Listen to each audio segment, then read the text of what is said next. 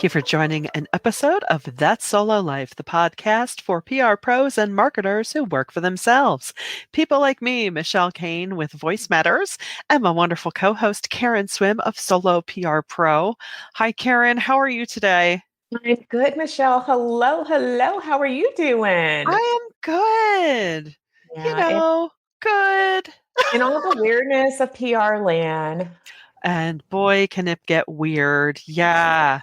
That's why we thought today it would be wise to talk, just do a little check in about mental health. Because Yeah. even though we both just said we're good, it seems like I love what you said earlier, Karen, before we started this episode of everyone's just kind of walking around, keeping it together with spit and duct tape. Yeah. It's so true and so unfortunate. And, we started planning ahead for this topic when this article came out in PR News, and it was a poll. And the question posed was, do PR employees feel comfortable discussing mental health struggles? Yeah. And 68% of people said no. Now, granted, this was a small poll. However, you and I have no problems believing this. And I believe that this plays into the bigger narrative of traditionally work has been that place where people expect you to have nothing wrong with you. Right. It's why pre-pandemic people would have a cold and they would come to work. They'd get the Yep. flu, and as long as they could walk, they would come to work. You would Right. say, "Are you okay?" "Yeah, yeah, I'm fine," because Mhm. that's the American way. "Yeah, yeah, I'm Yeah. fine." Yes, "Yeah, exactly. I'm fine." Yeah. People would die and you would work. And we PR pros, we took that into our own businesses and we amplified it because suddenly we not only felt like it wasn't okay not to be okay, but that we had to be triple okay because it was our own business. So we could never take the time to tend to ourselves. Right. Right. And I would love to say that the pandemic changed all of that at a corporate level, but it did not. no. What did change is our awareness that we're not okay. Everybody is dealing with something, and it's been, I think we all like had this hope, which is why there was a part of the pandemic that was a happy time for everybody. We were Right. baking bread, we were listening to music, we were gathering together, and we were like, we're going to get through this Yeah. because we truly believed that there would be an end and that there would be a better new normal. Right. What we experienced was continuing series of trauma. And in PR specifically, our industry has undergone massive waves of change. The media landscape is different, clients are different, and we have the economic challenges. It's just It's a lot. so it's a lot. It's a lot. And it breaks my heart that we all have our stuff, we all have our days, we all have our moments where we may be experiencing anxiety, depression, and we feel like we have to present to the world and to our clients this front of, I'm okay. Yeah. I'm okay. And there's a part of us that thinks nobody wants to hear that. We or if I say I'm not okay, then what? Mm. I have to exude trust and confidence. Right. And if I'm not okay, they won't trust me. Exactly. And where more so than in our business, where it's our job to keep everyone together, to keep it together, to present the perfect, not false, but to present the best front possible and, really represent well. And a couple of things you touched on, it's now, granted, I've only ever lived in this country, but it just feels so American. The whole pull yourself up by your bootstraps, never let them see you sweat. I mean, when you were talking about that in the workplace, my gosh, yeah, you would never show any, any glimmer of, oh no, everything's fine. I've got it together because I am a fiercely, highly competent person who is going to give my best and my all to you, workplace. I'll just cry on the way home. It's fine. And I have to tell you that, growing up in California and moving to the Midwest, and even though my parents were Midwesterners, Yeah. I didn't they were different. I moving to the Midwest, I really have to protect myself from that Midwestern like grit. It's inspiring in some ways, but they don't they don't do complaints in the Midwest. You just don't complain, you just get her done. It's like, well, lost my leg yesterday. I'm going to go out for a walk today. I've known people that have had surgeries and they're not even supposed to be out of the house and they refuse to ask for help. Like, Yeah. I would walk your dog. Yeah. No, they're just going to take their cane and their walker and they're going to hobble along when they're not even supposed to be out of bed and they're going to do it. And I heard someone the other day say there was a couple and the woman was alone and we inquired after her husband and she goes, yeah, he walked a little bit earlier, but he can only walk so far now. And then one of our other friends said, well, if you can't walk, you got to walk. And if you don't walk, you won't be able to walk. And so his solution is like, if you stop, but, and I feel like this is the message that we send to PR pros. Like, if you don't grit it out, if you don't bear up, if you don't, brute force it through, then you're going to be terrible. Instead of saying, sometimes you can't walk. You really cannot walk. You need support to get back on your feet to walk. You can't take another step. You are incapable of doing it, whether it is a psychological challenge or whether it's an actual physical challenge. And I want to, we would be remiss in saying we're not experts. We are not mental No. health professionals. This is just PR pros, inside talk. Yeah. Sometimes your issues could be some type of imbalance. It could be a nutritional deficiency, it could be a vitamin deficiency, it could be something physical, it could be a hormonal imbalance. So don't ignore it and don't brute force your way through it. Talk to somebody, talk to your doctor. Yeah. I think you can get to your doctor these days. I know there are now, so I've got the Pennsylvania Dutch work ethic side of that. It's similar to the Midwest work ethic. You just do it. And I think it's also coupled with being 2 generations away from the Depression era. Yes. Right. Hearing my grandmother say, oh, well, you can't leave that company. They've been good to you. I'm like, that's not about them. It's about me. But I do know that there are several companies in my region, large, like feeding the Eastern Seaboard companies, that they have always had an EAP program, an employee assistance program, where they will say, hey, we have an arrangement with this mental health facility. If you have an issue, which I thought was really enlightened of them. I don't know if that stemmed from experience. I don't know. But so, even as you seek to work with clients, if you get a vibe that it might be an unhealthy relationship, if they have that kind of program in place, I would say probably not. And just to touch on your point about, our global trauma that we've been through, I don't know about you, but it's funny. It's often the little things that can trip me up. But if it's like a big crisis, like, okay, let's get to the ER and we can deal. And it's not till maybe a month or two after that, after you've dealt, that you just, and I get the vibe that globally, that's where we are. We got through the big, heavy, scary thing. And even though scary things are still happening, we're just like, so, I know many of our peers or our clients have struggled with getting people. Oh, people don't want to come to events. They don't want to do this. I'm like, we're still processing a lot of stuff and realigning ourselves. And speaking into that could be, maybe you're just not right enough yet. I was sharing with you off air. And, maybe it's my stage in life, maybe it's a whole lot of things, but, I go to things and I enjoy them. But as I'm enjoying them, I still sense a little flatness. And I'm like, yeah. Is that because I'm burdened by worrying about work? Is it just, is it that? Is it that? Is it all that? Or is this just life in this era? I don't know. And I think we can't accept that because, and let's face it, like even getting back to quote unquote, some normalcy, normal is not normal. Nothing is like it was. And so I have learned to say, you know what? I'm not going to be so hard on myself because there's this constant wave of change and you're trying to find your footing and then you try to do things that you used to do, but nothing really is quite the same. And no one is quite the same, whether you can pretend that you are, but we are not, none of us, not one single person on this earth, because I think we also sometimes forget that COVID was not a United States pandemic. Right. This was global. And I think, of course, as PR professionals, we can't vomit on our clients. We No. shouldn't do that.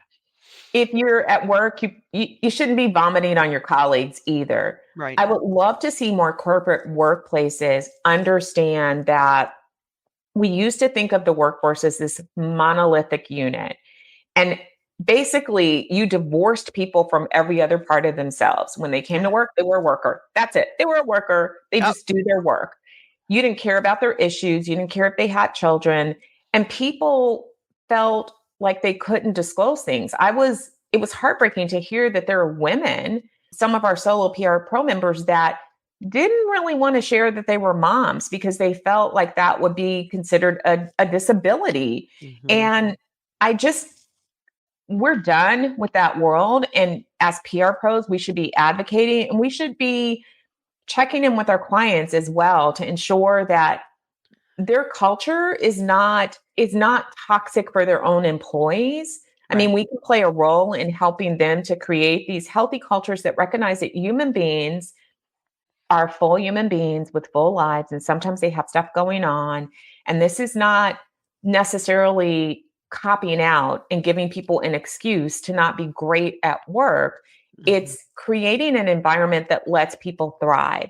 It's creating tools for people when they struggle and understanding that it's okay to struggle. It's having benefits program that really align with their needs and really saying, hey, it's okay, making it okay to take a day off without providing a reason. I even hate that we call it mental health day Right. because it's nobody's business. If you're having a day and you have just you need a break, you need a reset, that should be your business and you should be able to take it.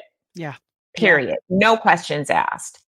And I think there is a certain freedom in a workplace that has that level of understanding of, I might be the best worker you ever have, but that does not mean I have to be that every day, every minute, all the time. I think, it's unrealistic, It is. but the attitude still pervades out there. And I think It does. sometimes we can perhaps wield that with ourselves. I was having a conversation with a couple of colleagues, and they were having trouble just kind of ramping down, having come off a super hot, urgent, all hands on deck project. And then suddenly everything felt that way. And I thought, where are you going except smashing into an eventual wall?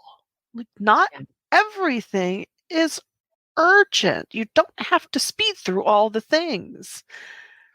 Well, I see that from colleagues too, where it's not only the urgency, but it's the stress, the unnecessary Yes. stress. Yes. Oh my God, oh my God, oh my God. The client's going to be mad because we didn't get media this week.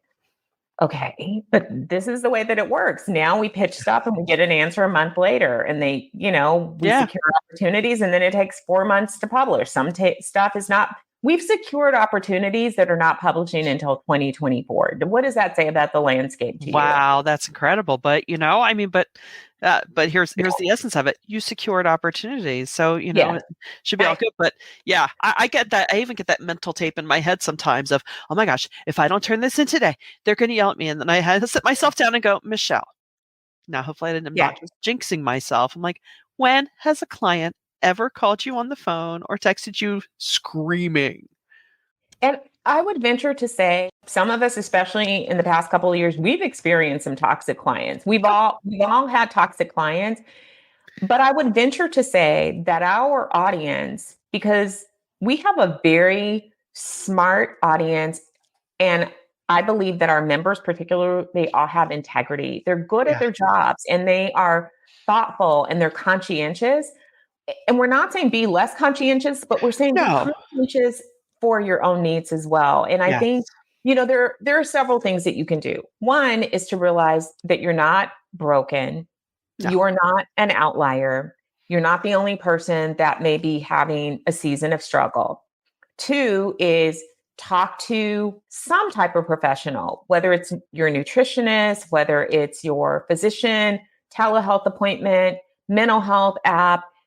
to make sure that you're not missing signs of something that has an underlying reason. You don't want to do that. So you don't want to ignore. If you're feeling kind of Right. blue or you're feeling kind of tired or you're not sleeping, don't just chalk it up to it'll get better, because so often these things do not resolve on their own. Right.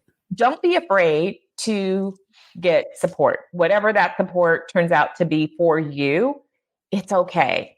Yeah. And then I would say one of the things that one of my clients really highlighted for me that is so powerful. So I work with this group called Circles, and they have this app, and it's on demand support groups. And he created it out of some personal experiences based on the premise that there's therapeutic value when people help people who are going through the same exact thing. Mhm. So if you're somebody who's been through a divorce, your ears perk up when you talk to somebody who has been through a divorce and they know exactly what you're talking about. If you've lost a parent, somebody else who lost a parent, their words resonate so powerfully Yeah. with you. There's power in that.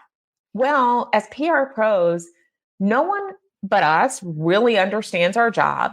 No one understands what we're going through with clients and business development and the climate that we're in.